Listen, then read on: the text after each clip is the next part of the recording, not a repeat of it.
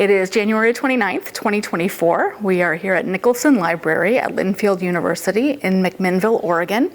My name is Alyssa Ralston, and with us we have Marilyn Owens, class of 53. Marilyn, thanks for coming today. You're welcome. Would you tell us a little bit about your Linfield experience? Well, it was a great experience, enough that I still hang around the college. What kind of thing are you interested in knowing? Just like what brought you to Linfield? At the time I was here, it was very closely connected with the American Baptist Church, and I got one of their big scholarships, and money was an issue, so this is where I came. Did you know what you wanted to major in? Was that always a plan? Not a clue. Okay. So you came in just completely blind. And so how did you discover what you wanted to study?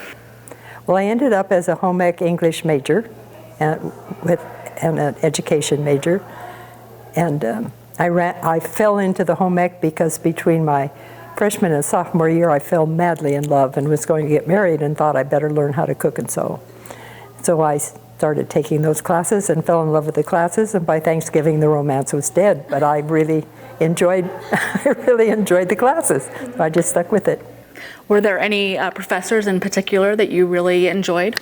Well, Dr. Fisher, and I tried last night to think of her first name and I can't, was my advisor, so of course I interacted with her a lot, but there were two, a Dr. Dolan and a Dr. Terrell. Dr. Dolan was a math teacher, and I really, really enjoyed him. And Dr. Terrell was a lit teacher, and I don't know what he did. I don't remember what he did, but something in his classes and his lectures made me reevaluate my Christian experience and made me realize that my faith needed to be my faith, not my parents' faith. So he's always been pretty special to me. If you're comfortable expanding on that idea, would you talk about the differences between your faith and your parents' faith? Well, I was raised in the church, Sunday school every Sunday and all of that kind of stuff, but I did it because Mom and Dad expected it of me, and he made me go back and think about all the teachings and the things that I had studied for all those years and decide whether or not they were going to be mine, and they were, so. Yeah. What was campus like in the early 1950s? Well, I have this little list here. Oh, please, go ahead. Well, number one, the first couple of years I was here, it was not long after World War II, so we had a lot of vets on campus, and a lot of them were married when they came. So they brought a different flavor because they were not just college kids. They had a direction in their life. They weren't here to party and that kind of thing. So that was a different feeling for the first couple of years, and then they graduated and went on their way. But there were a lot of things that were different. Dorms were separated, men's and women's. I don't know about the men's dorms, but the women dorms all had house mothers, and they were good to talk to and good to keep you in line. Did they live with you in the? They had apartments in the dorms, and yes, they were there. Women all had dorm hours, and the doors were locked, and you didn't have a pass key to get in like you do now, like the kids do now. So if you were late and the door was locked, you rang the doorbell and you had to answer to her as to why. And you were shamed? Well, it depended on the reason. I was in a car accident and was late getting in, and I had trouble convincing her that was the reason I was late. But yeah, so those things were different. There weren't as many cars on the campus. Nowadays, most everybody has a car. Not so when I was in school. So the social life, instead of expanding to downtown McMinnville, such as it was in those days, was very much on campus. The only major exception was because sororities and fraternities were different. Nobody had a house big enough to do a party, a dance, like a fraternity dance, so they would rent places away. So the big formal dances were off campus, but almost everything else you got really involved in. I look at the attendance at the football games now as compared with what it was like when I was in school. It's really different, yeah. We didn't have the outside influences that the kids nowadays have, yeah. Very insular campus. Yes, pretty much. Events that were happening in the world or in the nation how did they manifest here on campus? Or did the campus seem pretty blocked off from world events? Well, I can't speak for the campus, but for myself and my close friends, I was so self-centered, and we all were. Our life was on campus, and I don't remember those things happening. The Korean War came along, and that would have been my husband's war. So we became more involved when that happened, because our friends were being drafted and were leaving and that kind of thing. So I can remember that being an issue. Were there any extracurriculars that you were involved in, social clubs, academic clubs, any jobs you had that were memorable? Well, I was a spur. Do they even have spurs now? No. Can you explain what spurs are for the? It was a sophomore honorary organization. We all wore white uniforms with a red emblem on the front that had a spur, like an old-fashioned spur on it. And our job was to do whatever they needed done on the campus. You helped show new students to their dorms and stuff like that. My husband tells me, I do not remember this, but he used to tell me that that's when we met the first time. I showed him to his dorm room as a football player.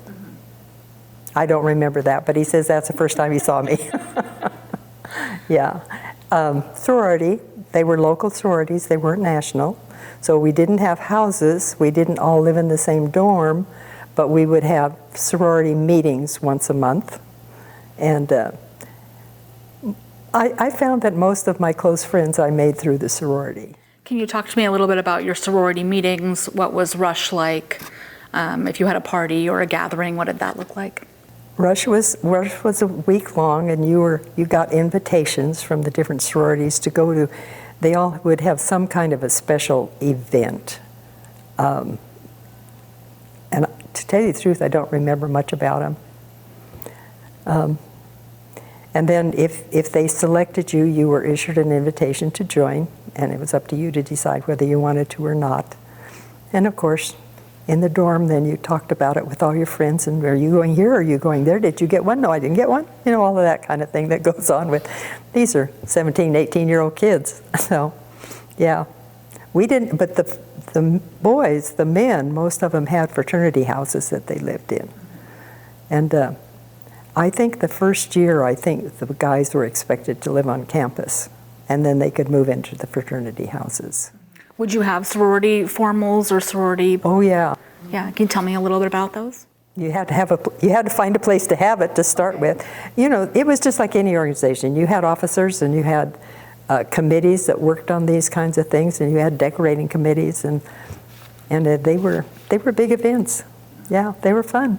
Were they all formals or? No, they would have some. Well, the college would have some dances and things like after game and that kind of things. But the formals, I think we usually had, each fraternity and sorority would have one in the fall and one in the spring. So depending on who you were going with and how many boys, how many dances you got to go to. All right. What was a typical weeknight on campus like? Your nose in a book. At least for me it was.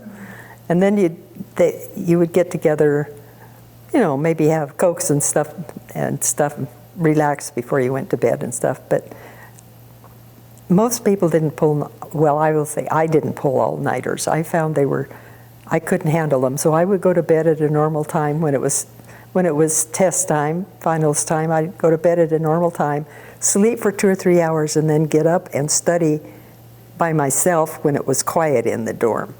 And then go back to bed before the test. But I never pulled an all-nighter. Couldn't stay awake that long. And then a typical Saturday night.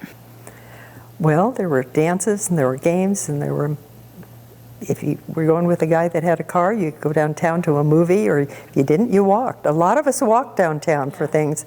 The bookstore was not on campus. The bookstore was downtown where,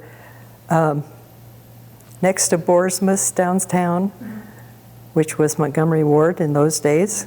Next door to them was a stationery store, and I'm trying to think what the name of it was. He was on the guy that owned it was on the board of directors, and he handled all the books.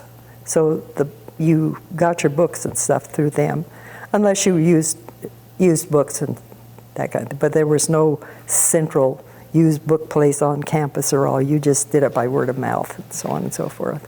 Had a great sociology book. Came with all the notes, came underlined. Didn't even have to go to class. Someone did the hard work for you. Yeah. Were there any special friendships or relationships that you had when you were on campus? Oh, yes. And when my husband and I retired and we moved back to McMinnville in 1992, a lot of our friends moved back were doing the same thing as we did. So we came back to a ready-made bunch of friends. The only trouble is you couldn't lie about your age because they all knew how old you were.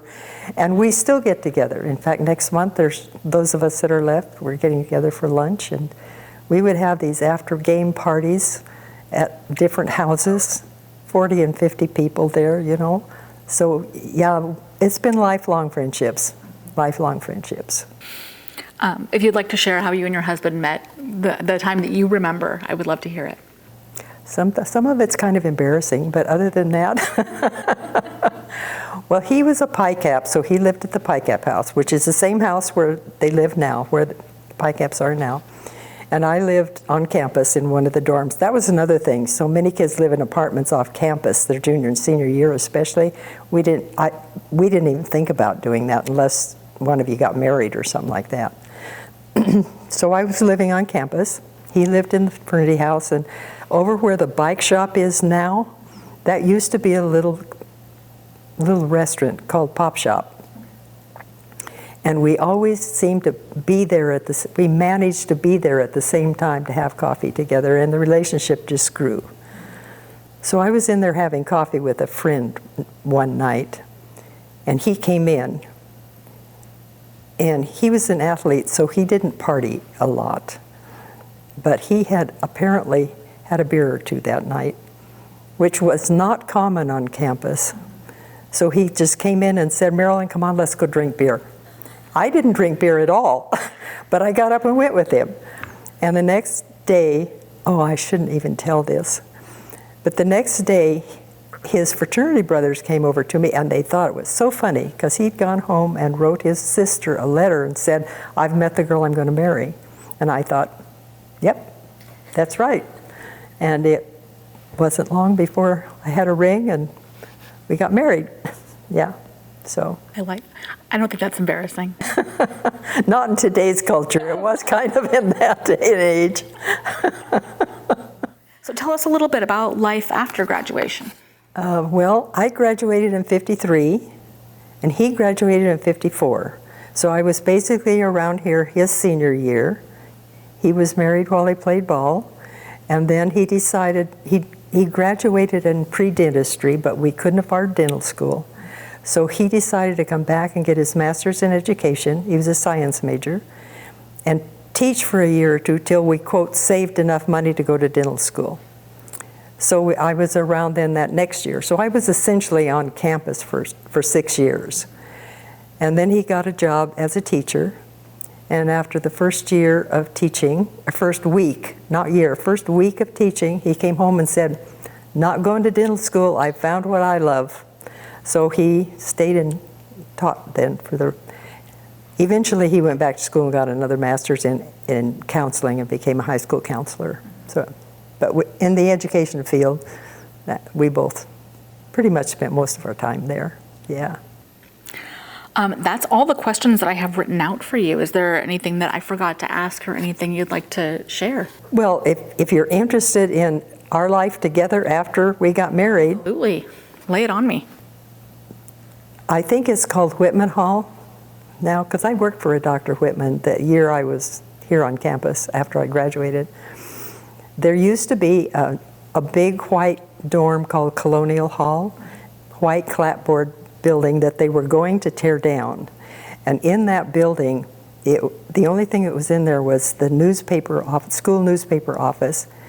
And there, we didn't have washers and dryers in those days, so there was a big room with clotheslines in it where the guys from one of the dorms would come over and hang their clothes up to dry.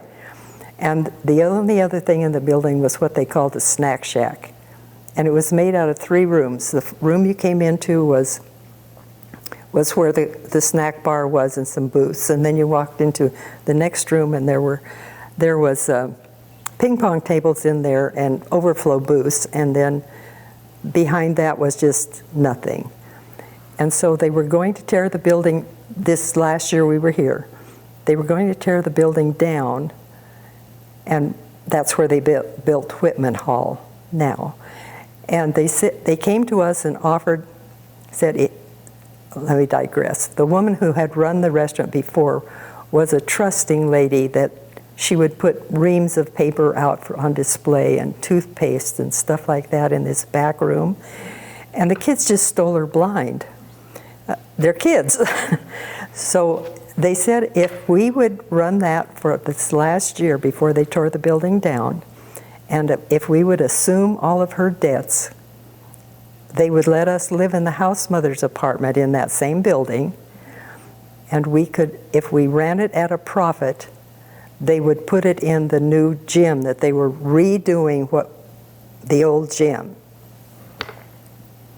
So we said, sure. I never worked so hard in all my life, I tell you.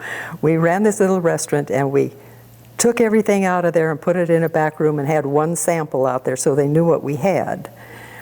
So we lived that, and we had a baby. By that time we had our first child.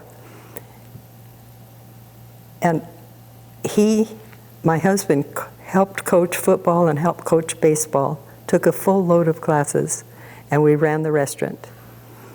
And I had graduated, but there was one class I wanted to take. So in order to take that and not pay for it, I helped teach a class. And we had the baby. And so we ran this restaurant. And at the end of the year, the school bought what inventory we had. And we had paid off her debt. We lived on it. We didn't eat real healthily that year, but we survived. And we came out, they bought our inventory for $600. So we thought we had done a pretty good job. Mm-hmm. So we ran the pop shop for a year, and they tore the building down. So I go into Starbucks over here, and I tell them that we're the reason they have that Starbucks there. Without us, it wouldn't have happened. Used to have a May Day. Do they still have May Day celebrations? No, but tell us about that. There was always a queen and a maid of honor and 2 princesses, and they were elected by the student body. And they would have big formal dances and big parade and downtown and everything. And I was a maid of honor my senior year, and then the queen always used to plant a dogwood tree. They had a little grove of dogwood trees, and there are a few of them left out by Pioneer Hall. Just a few. Pioneer Hall too that's where the post office was in Pioneer Hall. And the basement was where we all ate. That was where the commons was. And I don't know what was upstairs. I think there were dorms upstairs. And then they had a big lounge. And that was one of the places we used to have sorority meetings, was in that lounge. Yeah. So I don't know. I've run out of things to talk about. Oh, that's great. When you were referred to me to reach out to you, your referrer said that you were a smart, no-nonsense lady and had very interesting memories of Linfield and some unique ones to capture. And it sounds like the snack shack and the soda pop shop are sticking in my mind anyway. Yeah. When you graduated, and you and your husband graduated, then you had the snack shack, and what it was like to be a parent on campus when you had all of these different. Well, it was interesting because he was born in July and we started this in September, so he was an infant. Mm-hmm. So he was either in the crib, in the high chair, or in a playpen. And he was always with us. We didn't hire a sitter. That was before the days where he had baby monitors and everything. And the house mother's apartment was through these 2 rooms and down the hallway. So my dad got a hold of an intercom and set it up in our apartment so we could put him down for a nap and we could still hear if he moved around or anything. But the interesting thing was the girls ignored him. It was the ball players that came in and played with him. So you'd see these great big 6'6" basketball players come and baby talk to him and play with him and play games with him and so on and so forth. And do you know Don Porter? Have that name ring a bell? He was one of the big, Yeah. and later he had a basketball camp, and so our son went to his baseball camp, and he used to play with him all the time when he was an infant. Oh, I love it. The athletes were more hands-on with the smaller kids than, you would have thought maybe the young women would have been more excited about. No, the girls just totally ignored him. But part of that too was my husband was working with football and baseball players as an assistant coach, and so the kids got to know him, and so they would come in and that kind of thing. Yeah. Our second term, I got pregnant in the middle of the year, and I got really sick, and so I went home and I spent a month or so at home with my parents, and during that period of time we had to hire some help, and by then we began to see that financially we were going to make it. So when we came back, we hired more help to do that, which made the second half of the year much easier. Yeah. So we've talked a little bit about the differences between campus in the 50s versus campus today. Are there any other differences maybe with the majors that are offered, or when you come on campus today and you see that there are different dorms? Is there anything that kind of goes through your head about that? I love the dorms, the apartment dorms like they have over by the football field.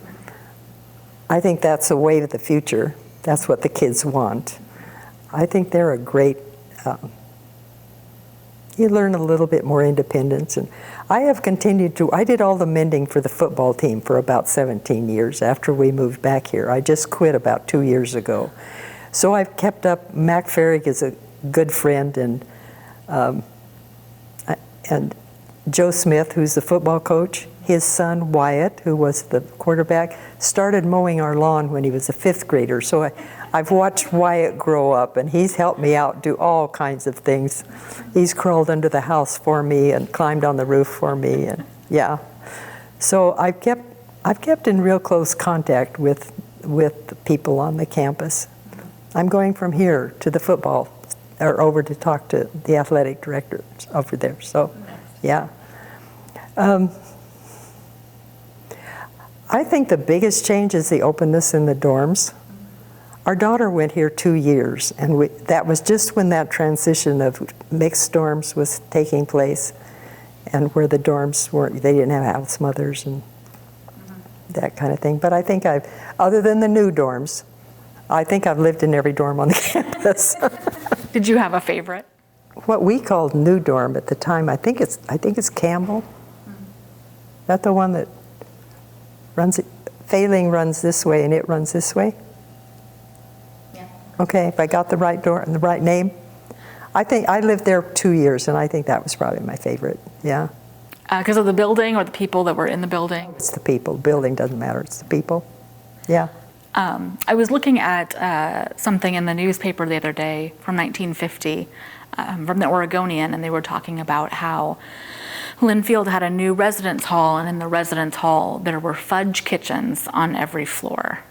Fudge kitchens? Fudge kitchens. Do you know that term? But there were little, yeah, you can make popcorn or a cup of coffee or that kind of stuff, yeah. Apparently, and we did some research because I had never heard about it either.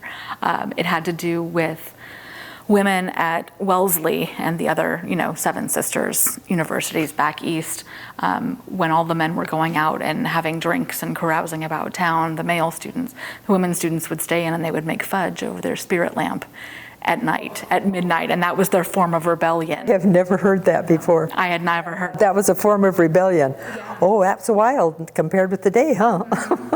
Well, you were eating a fattening thing and you were being clandestine about your I don't know, your baking or what have you.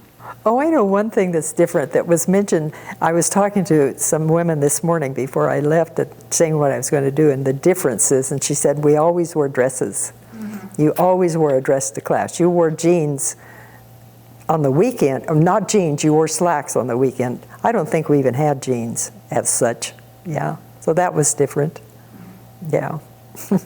When you moved back to McMinnville in 1992, what were some of the differences that you noticed? In McMinnville? Traffic. And just how much it had grown, you know, it just grown like every other town. Yeah, so. But at the time we decided to move back here, we had a son that was living in Forest Grove and a daughter in Tualatin and a son in Salem. And the other son was in the military, so he was everywhere. But we knew we moved from Grants Pass back here, and we knew we didn't want to stay in Southern Oregon. And by coming to McMinnville, we were right in the middle of the three kids. And they weren't neighbors, but they were close. And I said, to my husband, and you can get involved with Linfield Athletics, and that was. In fact, are you a baseball fan at all? Me? Mm-hmm. I was as a kid, I'm not so much anymore. Well, if you look at Kearney's cages, the batting cages, on the front of it, there's a big sign that talks about their championships and that kind of thing. On one side it says, in honor of Scott Carnahan, and on the other side it says, in memory of Arnold Owens. That's my husband. Mm-hmm. Yeah. So I have definite emotional connections to the college as well as educational. Yeah. What do you hope for Linfield moving forward in the future? I would look forward to having them not come out on the front page of the Oregonian with the troubles that whatever's going on. Everybody comes to me and says, what's going on? Well, I don't know what's going on. You know? Yeah, I'd like that to stop. Yeah. But I